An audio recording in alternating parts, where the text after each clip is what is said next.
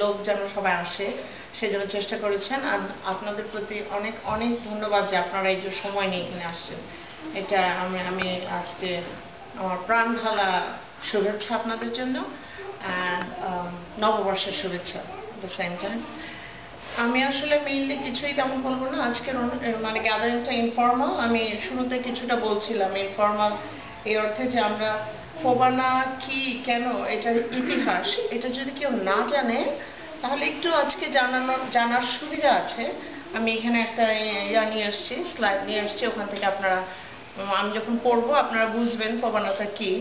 অনেকে হয়তো জানেন যে গান বাজনা হয়, গিয়েছি কোনো সময় কেউ করেনি এটা, এবং এটা যে লস অ্যাঞ্জেলেসে করেছে এবং মায়েদেরকে একত্রিত করে ফোবানার যে একটা সহযোগিতা করার জন্য যে একটা উদ্যোগ, এটা একটা সত্যি প্রশংসনীয়। এবং আমি মনে করি এটা শুধু একটা মিটিংয়ে হবে না, এভাবে আরো বিভিন্ন এলাকায় বিভিন্ন মায়েদেরকে অংশগ্রহণ করাতে হবে। হয়তো এখানে আসতে পারছে না যারা, তারা ভ্যালিতে যে আপনারা করতে পারেন, মাদার্স মিশন আপনার অরেঞ্জ কাউন্টিতে যে করতে পারেন, এইভাবে করলে পারে। আর মায়েরা যদি মানে আপনার সাথে জড়িত হয় ফোবানার সাথে, তাহলে আরো একটু বেগবান হবে বিষয়টা।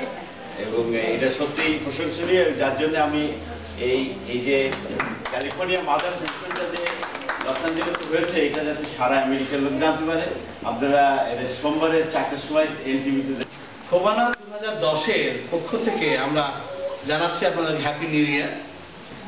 আর মায়েরাই হলো পৃথিবীর সকল শক্তির উৎস। এ যাবৎ বাংলাদেশি অভিবাসন, ইমিগ্রেশন অফ বাংলাদেশি পিপলদের ইতিহাস যদি আমরা দেখি, স্পেশালি যুক্তরাষ্ট্রে অনেক বড় বড় অনুষ্ঠান হয়েছে, অনেক কিছু হয়েছে, কিন্তু মায়েদেরকে ডেকে জিজ্ঞেস করা যে আপনারা কি ভালো মনে করেন, আপনাদের মনে কি মনে হয় কোনো অনুষ্ঠানের ব্যাপারে, কোনো কাজের ব্যাপারে, এটা সাধারণত খুব কম ঘটে। ছোটবেলা থেকে আমি দেখেছি, ইভেন পারিবারিক কোনো সিদ্ধান্তের জন্য হলেও আমি দেখেছি আমার মাকে বলতে যে ওর বাবাকে জিজ্ঞেস করে। ইভেন শুধু একটি ব্যাপারে আমি দেখি লস অ্যাঞ্জেলেসে, আমরা যখন অনুষ্ঠানে যখন দাওয়াত করি, আমাদের বন্ধুরা বলে দাঁড়া আমি ভাবিকে জিজ্ঞেস করি কোন কোন দিন কোথায় দাওয়াত আছে। এই একটা স্ক্যাজুয়াল আমি দেখি ছেলেরা মেয়েদের জিজ্ঞেস করে। আর যত আপনারা সবাই এসেছেন, সবাইকে ধন্যবাদ। আমি কি বলবো, আমার আগে আমার বড় ভাইরা যা বলে গেছেন সেটাই তো আমার কথা। এরপরে আমার বলার কি থাকতে পারে, পিন্টু ভাই বা ভাইরা যা বলে গেছেন ওইটাই আমার। তখন আমি আমার একটা খুব প্রিয় কবিতা পড়ি।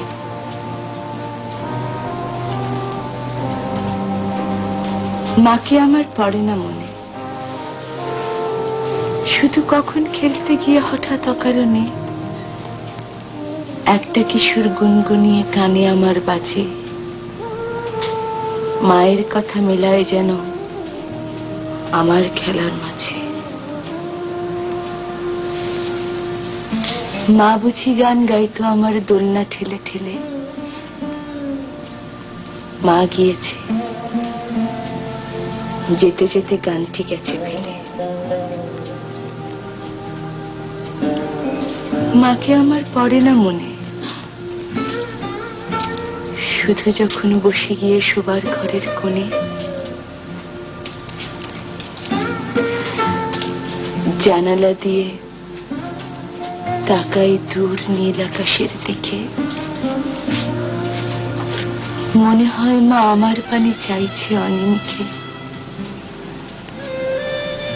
কোলের পরে ধরে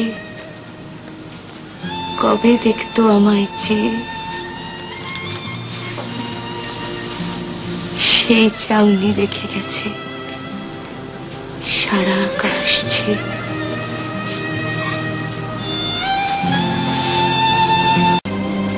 আমার যখন খুব আমার মার কথা মনে পড়ে, তখন আমি আমার একটা খুব প্রিয় কবিতা পড়ি।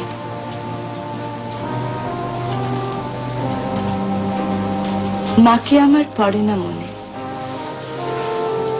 শুধু কখন খেলতে গিয়ে হঠাৎ অকারণে একটা কিশোর গুনগুনিয়ে কানে আমার বাজে। মায়ের কথা মেলায় যেন আমার খেলার মাঝে। মা বুঝি গান গাইতো আমার দোলনা ঠেলে ঠেলে। মা গিয়েছে, যেতে যেতে গানটি গেছে ফেলে। মাকে আমার পড়ে না মনে, শুধু যখন বসে গিয়ে শোবার ঘরের কোণে জানালা দিয়ে তাকাই দূর নীল আকাশের দিকে।